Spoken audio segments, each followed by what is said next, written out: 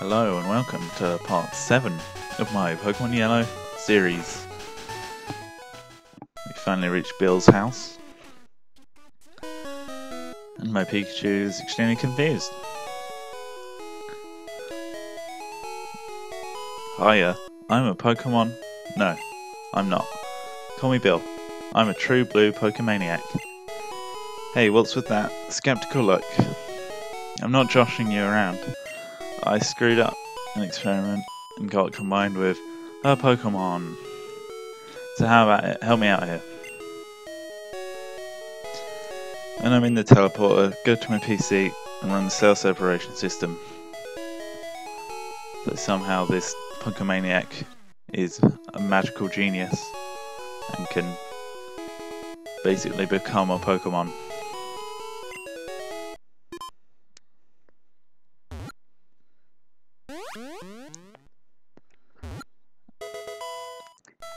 Now he's back to normal. Surprised Pikachu is surprised. Thanks, bud. I owe you one. So did you come to see my Pokemon collection? You didn't? That's a bummer. I've got to thank you. Oh here, maybe this'll do. And I get an SS ticket.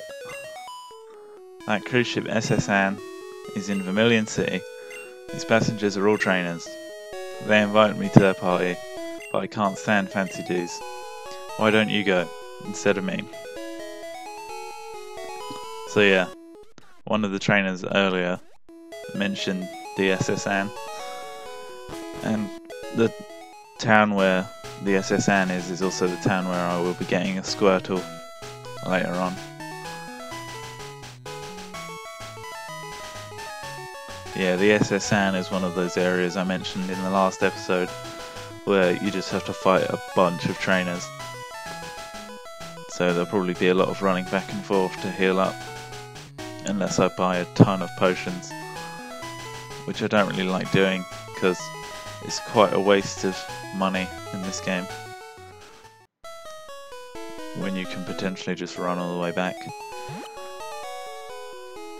to a Pokemon Center. How low is the health of my Pokemon?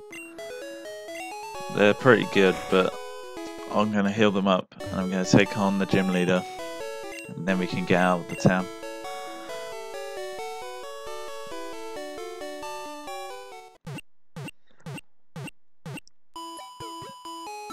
To be honest, I don't know why in this game you don't actually go and see Bill's Pokemon collection, because Gary apparently looked at it and it filled out his Pokédex massively, so it'd actually come in handy if you could fill out your Pokédex just by looking at Bill's big collection of Pokemon.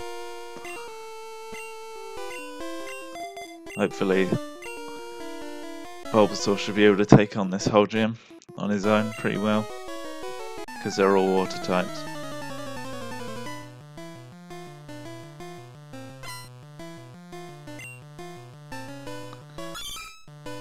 Some of it might be a bit hard though, because I believe Misty has some psychic type water types, which can be a bit of an issue, as you saw with the Slowpoke trainer last episode. Confusion and moves like that are very powerful, especially against Bulbasaur, because apparently they're super effective.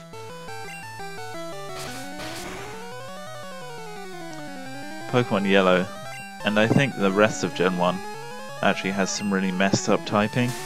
For example, I think Psychic types have no weaknesses and are resistant to 2 types. And I think Ghost types also have maybe no weaknesses, or like 1 weakness. This game also has pretty much no decent Bug type moves or Poison type moves, which makes it very difficult to beat Pokemon that are weak to only those typings.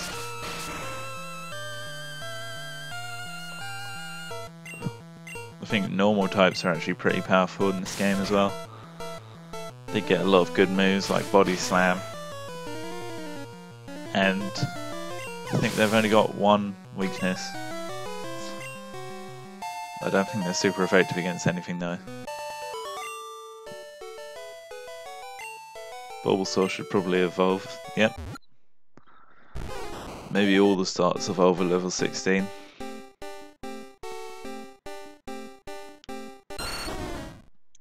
Now I have an Ivysaur. Yeah, depending on whether you choose to evolve your starters in this game, the moves it will be learnt either at lower or higher levels. In this game, you're probably better off leaving your Pokemon in their first forms until quite a high level, because otherwise you have to reach an even higher level before you can learn some good moves. For example, Sleep Powder is a very good move for Bulbasaur, but as an Ivysaur you have to wait till you're level 55, I think, or around that, to get it.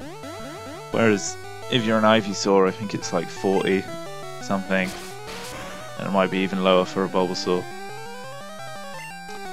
So yeah, it's quite the predicament. It's a bit of an issue. But Sleep Powder is pretty much the highest level move you'll learn from Venusaur. And it's not actually that important as part of his moveset, because he'll still have very good attacking moves, like Razor Leaf. What's your policy in Pokemon? What's your approach? My policy is an all-out offensive with Water-type Pokemon. Misty, the world-famous beauty, is your host. Are you ready, sweetie? So yeah, she's pretty much got offensive Water-type Pokemon. Staryu and its evolution, Starmie, I believe, are very offensive Water types. Although I don't think their defense is very bad either. They're also very high levels, so I don't know if I'll be able to beat Staryu at least. Yeah, I don't actually have any potions, so I am probably going to have to use another Pokemon. I guess Mankey's going to help out. I can't really send in a Charmander in case a water type move is used. Oh wow, I probably could have just finished the Staryu off with Bulbasaur. I didn't know Staryu was going to use X-Defend. Or Misty was going to use the item X-Defend on Staryu, should I say. But Ivysaur still leveled up. Yeah, very high special and decent defense. The main problem with Bulbasaur and its evolutions are its speed. The rest of its stats are pretty good, even the physical attack. Starmie shouldn't be too hard, to be fair. Although it does do a lot of damage. As you can see, that's 24 damage in a hit. But Mankey should be able to weaken it quite a bit. And then, if need be, I could probably send out Ivysaur and it might be able to finish it off. Hopefully I won't need to though. Looks like Mankey can handle it. Yeah, Mankey beat it. So very high level Starmie there. I can't believe I lost. Alright. You can have the Cascade badge to show you beat me. And you get 2,000 Pokédollars, which is great. The Cascade badge makes all Pokemon up to level 30 obey. That includes even outsiders. There's more you can now use Cut anytime. You can cut down small bushes to open new paths. You can also have my favourite TM. I believe TM11 is Water Pulse or Water Gun. It's one of the moves that Starmie has, at least. It's definitely a water type move. I think all the gym leaders give TMs that their main Pokemon uses. For example, Brock gave Bide, which Onyx has, and Misty gives probably Water Gun, which Starmie has. I think Lieutenant Surge, which is the next gym leader, the electric type gym leader, gives an electric attack, maybe Thunderbolt, something like that. But yeah. So now we're finally done in this town. We have to walk straight through this crime scene. Those miserable rockets. Look what they did here. They stole a TM to teach Pokemon how to dig holes. That cost me a bundle, it did. So yeah, essentially Team Rocket came in here and stole the dig TM. Hey, stay out. It's not your yard. Huh? Me? I'm an innocent bystander. Don't you believe me? So for some reason a Team Rocket member stayed in the yard. Or in the garden, if you're not American. For some reason. I don't know why he would stay at the crime scene. I guess they already know that Team Rocket did it, so there's no point in hiding. But it still seems kind of dumb to just stand in the scene of the crime.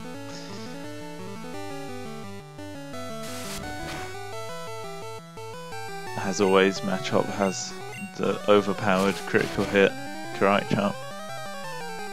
Well, not just exclusively Machop, but Machop also has it.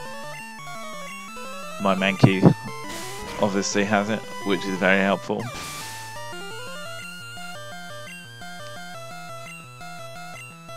This is also the first time you'll see a Drowsy, which is interesting. We'll be able to catch a Drowsy slightly later on. I've always found Drowsies to look very creepy. They look kind of like tapirs, if you've ever seen that type of animal. Kind of like little elephants, basically. Except, obviously, Drowsies are yellow and muddy. Although tapirs probably like rolling around in mud, so that might be where the inspiration came from. It's a psychic type, so it's actually very strong. Almost all psychic types are very strong in this, because the typing is pretty overpowered. Some of the movesets are pretty bad though. I think Confusion might actually be one of the best moves they can learn, which is pretty much the only move they learn at the start of the game.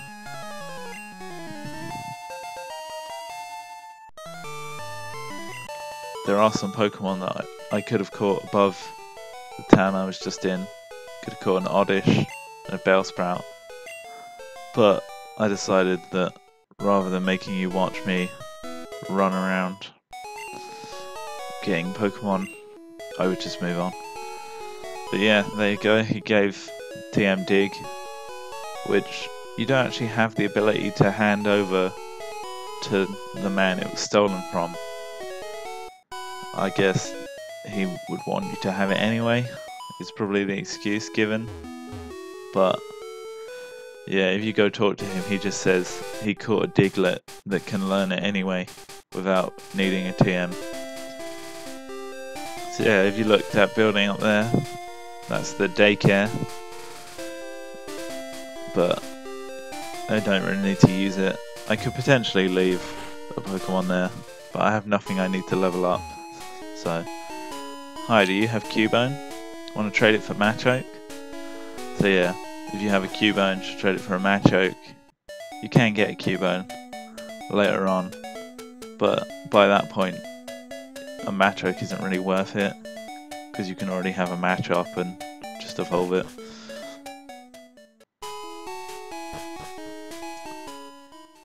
And now we're at a point in the game where we just have to fight more trainers again. Which is a bit of a shame, because my Pokemon are actually on pretty low health. But I'm not going to switch out and level up my Pokemon. They're actually decent levels now, so it should be fine.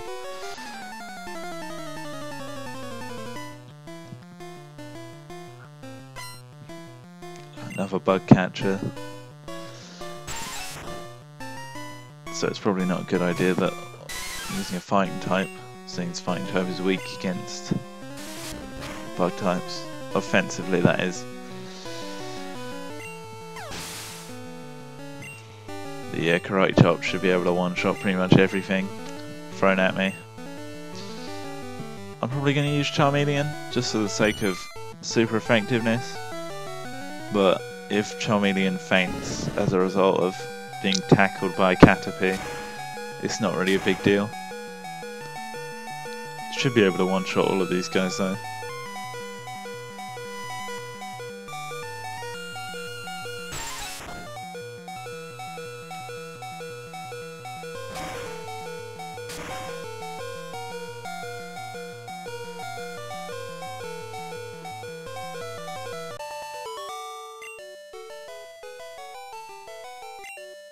Yeah, this is why in playing the other Gen 1 games, or Leaf Green and Fire Red, it's a very good idea to choose Charmander, because Viridian Forest in early game is a complete breeze, and you'll normally get your Charmander up to a very high level.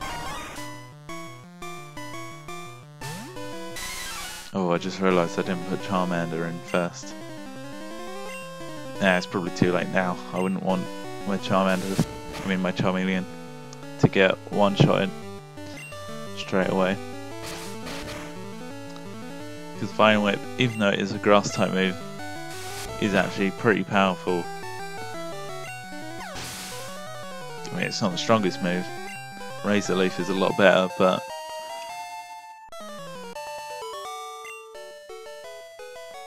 I don't actually remember if the trainer next to this trainer has the same Pokemon, but I think they have the same Pokemon because they're like boyfriend and girlfriend or something. Yeah, training for my love is what she said, and I believe he said something similar. So yeah, I'm pretty sure they love each other or whatever. Oh wow, she has a Cubone, which Charmeleon would probably lose to very easily. Assuming Ivysaur doesn't get one-shotted, might be able to do some damage.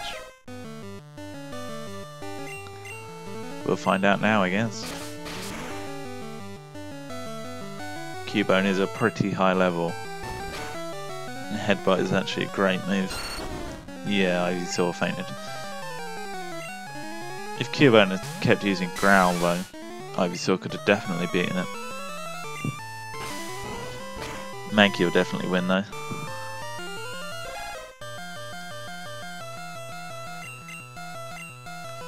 One of the good things about using a Pokemon you find early on in the game, like a Mankey, is it'll definitely reach a very high level if you use it enough.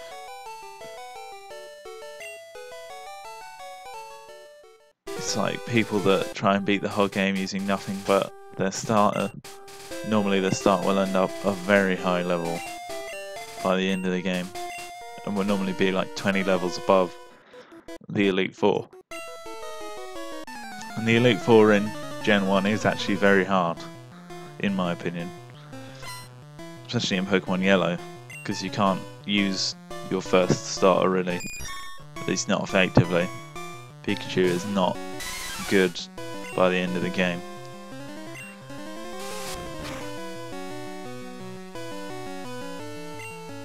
Even if you use your Pikachu from the very start of the game, and pretty much exclusively use your Pikachu, you'll reach a very high level, and a lot of people do that, and it will be useful, but it's just not as good as if you train up any other starter pretty much. And it's relatively easy to beat through the whole of Gen 1 with nothing but your Charmander or Bulbasaur or Squirtle. But with a Pikachu it's definitely much harder. If you could evolve your Pikachu into a Raichu in this game, it would be much better, because a Raichu actually has decent stats. I don't know if they're better than a Jolteon, but they're definitely far superior to that of an unevolved Pikachu. Because an unevolved Pikachu, even though it's an electric type, is primarily a physical attacker, which I think Raichu also is, but obviously it still has higher special attack than a Pikachu.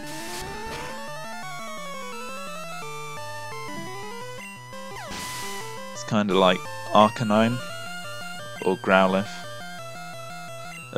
It's primarily a physical attacker, even though it's a fire type. So, despite being extremely powerful, it's just not exactly the best fire type, because it has worse special attack than a Charizard, for example. Arcanine is very good though, because initially it was tended to be one of the legendary Pokemon in Gen 1, which means it has very high stats, because they left it with the same stats as its legendary version, but obviously it isn't actually legendary, so it has like 700 base stat points, whereas most normal Pokemon have like 400 at most, or 500 I think. I'm not actually sure. But yeah, Arcanine definitely has better stats than a starter Pokemon. Just for a fire type, it doesn't have the best stats. If you switched an Arcanine's special attack with its physical attack, it would definitely be the best fire type. Probably even better than Moltres or any fire type legendary in the other games.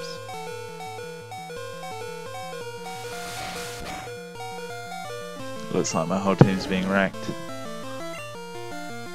Pikachu should be able to win this fight though. I hope at least. Although Hyper Fang, as I've mentioned before, is a very good move. And it one-shotted my Pikachu. Not that it's hard to one-shot a Pikachu. If Clefairy wins this fight, Clefairy is going to end up with so much XP. I wouldn't be surprised if it leveled up multiple times. Wow. Level 10? Oh no, it only leveled up once. Yeah, I mentioned in an earlier episode, you really don't get a lot of XP from beating Pokemon in this game.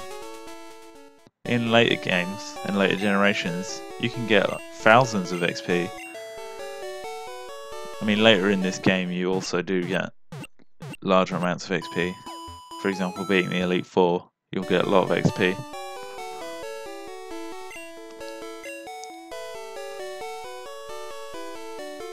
And now we're in the new town. I believe if you go in this building... Yeah, I'm the fishing guru. I simply love fishing. Do you like to fish? If you say yes, he'll give you the old rod, which is the first fishing rod you can obtain.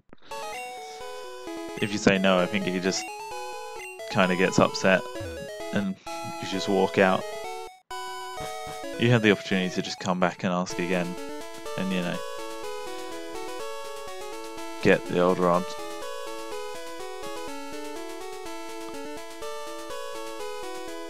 This is the woman who will give you a Squirtle later on, but you have to actually do something before you can get it. Once a Pokemon learns an HM, the technique can't be replaced, but think carefully before you teach HM moves. So for anyone who hasn't played Pokemon games before, HM moves are basically just moves that you can use outside of battle to serve a purpose. For example, cuts down trees, Flash will illuminate caves. And if you talk to this guy, who apparently has more than 100 Pokemon, if they're of different types, that means he's got like an almost complete Pokedex pretty much. But yeah, this guy will basically have a conversation with you about how much he loves Pokemon, and then if I remember correctly, he will give you an item. Oops, look at that, the time. I kept you too long. Thanks for hearing me out. I want you to have this, and this is where you get the bike voucher, which I mentioned earlier. Now you can go back to the town we were in last, go to the bike shop and just obtain a bike, which is helpful, but normally I don't use it at all, except for there's a later stage in this game where you will have to use the bike in order to go somewhere and fight certain trainers. That's Diglett Cave right there, which I've mentioned in a previous episode. And over here is another area where you can fight a bunch of trainers. This is the dock to the SS Anne. And if you look down here, that's the gym, but we can't get in because the tree is blocking the way, which means we need to learn the move Cut, which we will obtain from the SS Anne.